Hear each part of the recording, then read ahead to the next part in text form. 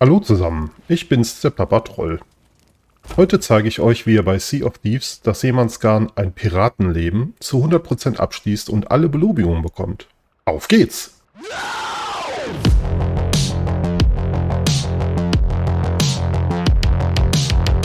Nachdem ihr den Auftrag angenommen und die Schiffbrüchige das Portal geöffnet hat, segelt ihr hindurch ins Reich der Toten. Nach einem kurzen Harry Potter Flashback segelt ihr direkt auf einen Strand zu, ankert dort und geht von Bord. Als erstes müsst ihr die Deadman's Grotto durchqueren. Den Eingang zu dieser Höhle findet ihr einfach geradeaus an dem Wrack vorbei, bei diesem vertrauenerweckenden Herrn mit der aktivierten Glocke. In der ersten Kammer nehmt ihr euch mit eurer Laterne die Seelenflamme vom Lagerfeuer und zündet damit die 2 Laternen neben der Tür an. In der zweiten Kammer gibt es 3 Laternen, die man anzünden muss. Eine bei dem Skelett mit der Möwe auf dem Kopf, für die zweite muss man an dem Arm von diesem Skelett ziehen und die dritte befindet sich am Ende dieses schmalen Ganges an einem Bootswrack. Jetzt kann man dabei zusehen, wie einem die Phantome die Tür aufmachen. An diesem Schiffswrack gibt es überhaupt nichts zu sehen, bitte weitergehen. Ein kleiner Hüpfer später und ihr kommt in die nächste Kammer. Hier geht ihr in die geheime Höhle hinter dem Wasserfall und nehmt diesem Skelett den Rudergriff weg. Damit geht ihr weiter bis zur nächsten Tür und setzt den Griff als Hebel ein. Es folgt eine kleine Jump'n'Run-Passage und weiter geht's. Auf dem Weg in die nächste Kammer zündet ihr eine weitere Laterne an und schaut den lustigen Phantomen zu. Danach lasst ihr mit einem Spiel die Brücke runter, zieht mit dem Flaschenzug die Planke hoch und hüpft rüber. Ganz am Ende des Steges findet ihr dann eine weitere Laterne zum Anzünden und könnt dann den Phantomen dabei zuschauen, wie sie den Weg freimachen. Jetzt kommt ihr an einen großen Goldschatz und dürft euch darüber ärgern, dass ihr nichts davon mitnehmen könnt. Wer braucht auch schon Gold? Hinter dem Goldberg geht es dann nach oben und hüpfenderweise auf die andere Seite. In der nächsten Kammer müsst ihr dann die Leiter hoch und oben ein Seil durchtrennen. Und dann mit dem Flaschenzug den Mast zu euch ziehen und auf dem Mast auf die andere Seite.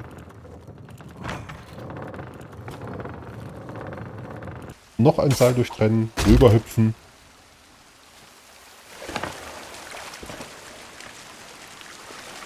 Und ab geht die wilde Fahrt. Folgt dem Weg in Richtung des Piratennests, dann habt ihr die Deadman's Grotto durchquert und die erste Belobigung verdient. Vor dem Tor geht ihr links die Treppe hoch, zündet die Feuerschale an, geht zurück zum Tor und... Okay, ab hier wird die ganze Sache weniger schlauchig. Das heißt, ihr braucht die Rätsel nicht unbedingt in der gleichen Reihenfolge zu lösen, wie ich das jetzt mache. In der Mitte von Sailor's Grave steht dieser Mast. Damit ihr immer genau sehen könnt, wo ihr hin müsst, starte ich ab jetzt immer von dort, wenn ich irgendwo hingehe. Als erstes befreien wir den verwunschenen Captain, der dort oben in einem Käfig steckt, aus seiner misslichen Lage. Dazu geht ihr hier die Treppe rauf, hinten um das Wrack herum, balanciert über den Mast aufs nächste Deck und weiter ins nächste Wrack.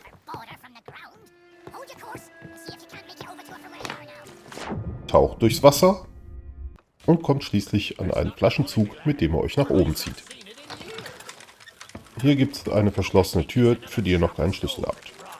Also geht ihr zum nächsten Flaschenzug und zieht eine Palette hoch, über die ihr dann auf die nächste Plattform springt. Dort gibt es wieder einen Flaschenzug, mit dem ihr die Seilbahn ungefähr so positioniert, wie ihr hier seht. Dann springt ihr über die Plattform quer rüber, aber nicht sofort bis ganz auf die andere Seite, denn hier gibt es einen versteckten Eingang. Dort könnt ihr das Spezialrezept von Captain Bones aufnehmen, das wir später noch brauchen. Dann könnt ihr einfach durch die Tür rausspazieren. Jetzt kümmern wir uns weiter um den Captain. Die Flasche stellen wir dazu erstmal da unten ab. Zündet mit eurer Laterne das Seil an und der Käfig fällt runter. Der Captain ist aber immer noch eingesperrt. Ihr braucht den Schlüssel zu seinem Käfig. Dazu geht ihr in die Taverne. Da blinkt doch was auf dem Kronleuchter. Zum Glück gibt es auch hier wieder einen Flaschenzug. Mit dem lasst ihr den Kronleuchter von der Decke, schnappt euch den Schlüssel, schließt den Käfig auf, nehmt den redseligen Schädel auf und tada, Belobigung Nummer 2. Wenn ihr mit dem Schädel in der Hand zum Leuchtturm geht, ziehen euch die Phantome die Brücke hoch und ihr könnt den Leuchtturm betreten. Oben angekommen, setzt ihr den Schädel auf den Körper des linken Skeletts und wartet ab, bis der Captain euch gesagt hat, dass ihr das Leuchtfeuer entzünden sollt. Und das macht ihr dann auch. Nun müsst ihr mit dem Strahl 3 Feuerschalen anzünden. Das linke Steuerrad dreht den Strahl nach links und rechts. Mit dem rechten Steuerrad bewegt ihr den Strahl rauf und runter. Schale Nummer 1, Schale Nummer 2 und Schale Nummer 3. Daraufhin fährt die Fähre der Verdammten in den Hafen ein und ihr habt die Belohnung Nummer 3. Und wie es der Zufall will, findet der Captain den Schlüssel zu seiner Kabine, den er aber nicht hergeben will. Also schnappt ihr euch den Schädel wieder samt Schlüssel und setzt ihn erstmal irgendwo ab, um andere Dinge zu erledigen. Als nächstes kümmern wir uns um den begrabenen Dougie. Dazu geht ihr in der Taverne hinten rauf zu dem Kartentisch und zündet mit eurer Laterne die Kerze an. Das rote X dort auf der Karte hat bestimmt überhaupt nichts zu bedeuten. Naja, vermutlich eher doch. Gehen wir besser mal nachsehen.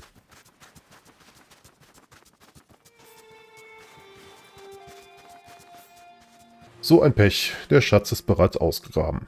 Nun denn, machen wir einen auf Hänsel und Gretel und folgen dieser Spur aus goldenen Brotkrumen.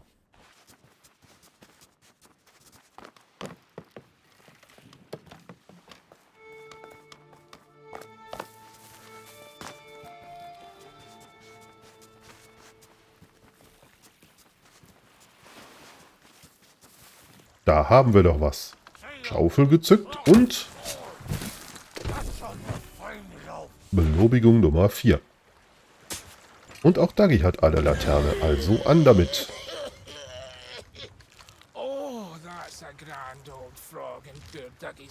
Ergebnis? Der arme Dougie möchte seinen Schatz zurück.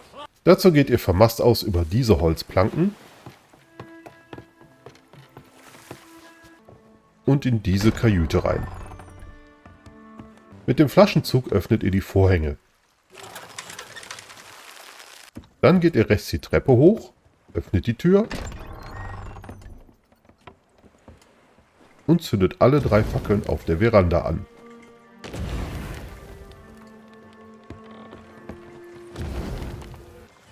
Geht zurück in die Kajüte und zieht den Arm des Skeletts hoch.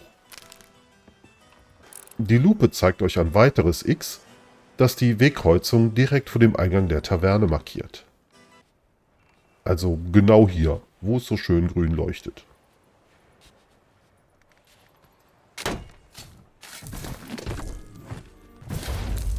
Hier nochmal die genaue Position.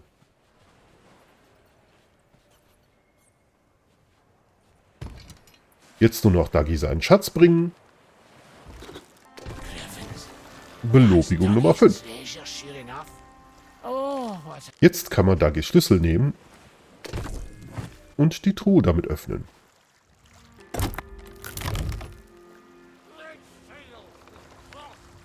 Damit seid ihr stolzer Besitzer des Medaillons von Dougie. Weiter geht's, indem ihr vor der Taverne nach links abbiegt, den Planken bis zu diesen beiden Schachspielern folgt und deren Kerze anzündet. Captain Bones hat nichts mehr zu trinken, also füllt ihr seinen Krug mit seinem Spezialrezept. Belobigung Nummer 6. Der Kopf ist weg, aber ihr müsst euch erst in das Spiel einkaufen.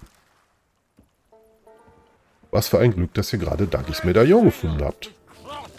Jetzt schnappt ihr euch wieder den verwunschenen Captain und lasst ihn das Spiel übernehmen und gewinnen. Als Lohn erhaltet ihr diesen schicken Schiffsschlüssel. Damit kehrt ihr zu der Tür zurück, für die ihr bisher noch keinen Schlüssel hattet. Tür auf und ihr bekommt die 7. Belobigung und Nom nom nom, nom nom nom nom nom nom. Endlich mal Gold, das man auch mitnehmen kann. Nachdem ihr alles eingeheimst habt, geht ihr weiter nach hinten durch. Hier befindet sich eine weitere Feuerschale, die man mit dem Leuchtturm anzünden kann. Allerdings ist sie durch die Segel verdeckt. Also geht ihr zu diesem Seilzug und dreht das Segel zur Seite.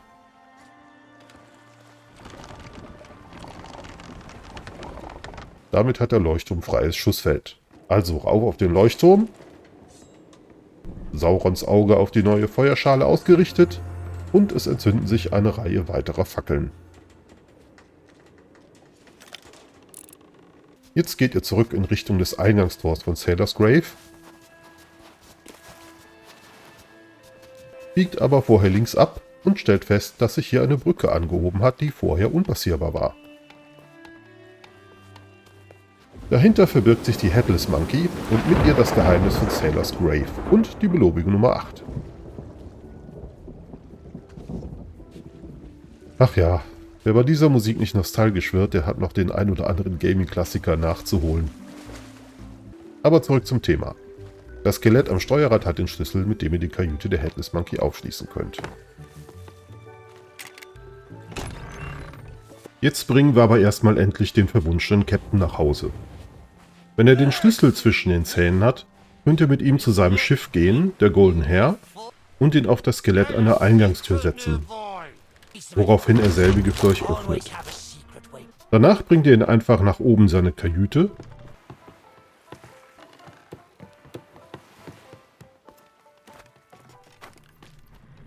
wo seine Mannschaft und sein eigentlicher Körper schon auf ihn warten. Jetzt überlässt er euch den Schlüssel, mit dem ihr die Tür hinter ihm öffnen könnt, wo er seine Schätze, von denen man natürlich wieder nichts mitnehmen kann, und ein Ruderboot versteckt. Mit diesem Ruderboot soll man nun zur Fähre der Verdammten paddeln, aber bevor ihr dort einsteigt, solltet ihr euch vergewissern, dass ihr alle Belobigungen, die ich euch bis hierhin gezeigt habe, also die ersten 8, auch tatsächlich bekommen habt und auch alle Logbücher gelesen habt. Wo ihr diese Logbücher findet, das zeige ich euch jetzt. Insgesamt gibt es 10 Bücher. 5 davon sind die Logbücher des verwunschenen Captains. Natürlich könnt ihr die Bücher mit abklappern, während ihr die anderen Rätsel löst. Das macht sogar mehr Sinn, aber ich will euch die Fundorte hier gebündelt zeigen. Das erste findet ihr in der Taverne. Hier geht ihr zum Kartentisch hinauf und dann weiter auf das Deck. Dort steht ein Tisch mit einer Kerze, daneben liegt das erste Buch. Das zweite Buch findet ihr bei den Schachspielern. Es liegt links auf einem weiteren Spieltisch. Das dritte Buch ist in der Kajüte des Skeletts mit der Lupe zu finden. Es liegt auf dem rechten Nachttisch. Das vierte Buch ist oben auf dem Leuchtturm. Es steht in einem Regal.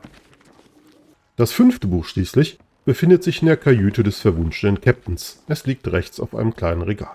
Habt ihr alle Logbücher gelesen, erhaltet ihr die Belobigung Geschichten der Verdammten. Die weiteren 5 Bücher sind die Logbücher der Headless Monkey und, wie euch wenig überraschen sollte, findet ihr sie allesamt auch genau dort. Das erste liegt direkt neben dem Skelett am Steuerrad. Das zweite klemmt am Mast direkt daneben. Das dritte liegt zwischen dem anderen Mast und einer Laterne. Das vierte und fünfte findet ihr schließlich in der Kajüte, eines auf dem Schreibtisch und eines im Regal. Damit habt ihr dann auch die Belobigung die Crew der Headless Monkey freigeschaltet. So, nun ist es an der Zeit, das Ruderboot zu Wasser zu lassen und zur Fähre der Verdammten zu rudern.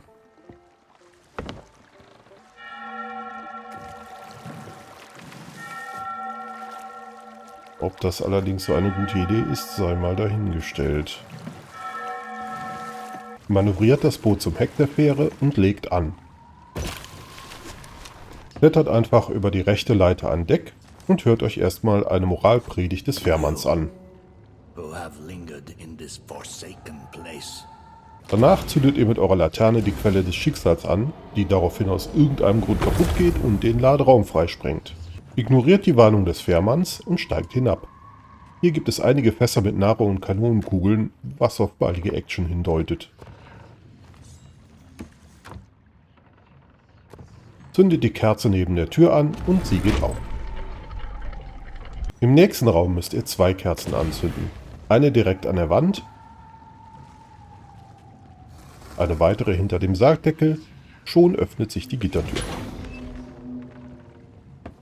Geht noch ein Deck tiefer und folgt der Stimme.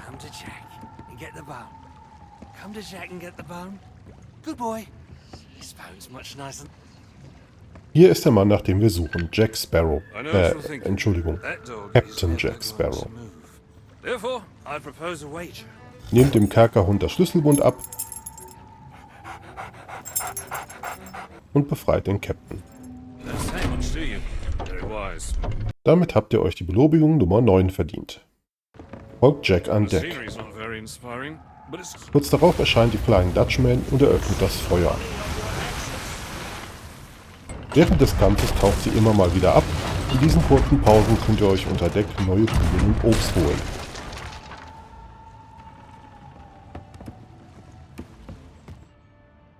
Außerdem gilt es, die Enterversuche diverser Arten von Krabbenkrabblern abzuwehren. Nicht übersehen, am Hauptmast steht eine Munitionskiste. Gegen Ende wird Jack Sparrow in ein Duell mit einem Krabbenkrabbler verwickelt, in das man nicht eingreifen kann. Der Krabbler entreißt Sparrow seinen Schatz und springt damit ins Meer.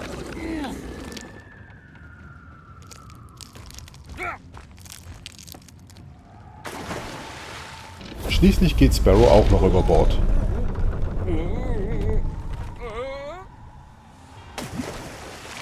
Damit ist das Seemannsgarn abgeschlossen. Ihr bekommt die 10. Belobigung und könnt euch diesen schicken Hut aufsetzen. Und wenn ihr alle anderen Belobigungen bis hierhin auch schon freigeschaltet habt, dann bekommt ihr auch die letzte Belobigung und könnt auf eurem Schiff diese fancy Segel hissen. Hier geht's dann zurück in die Welt der Lebenden.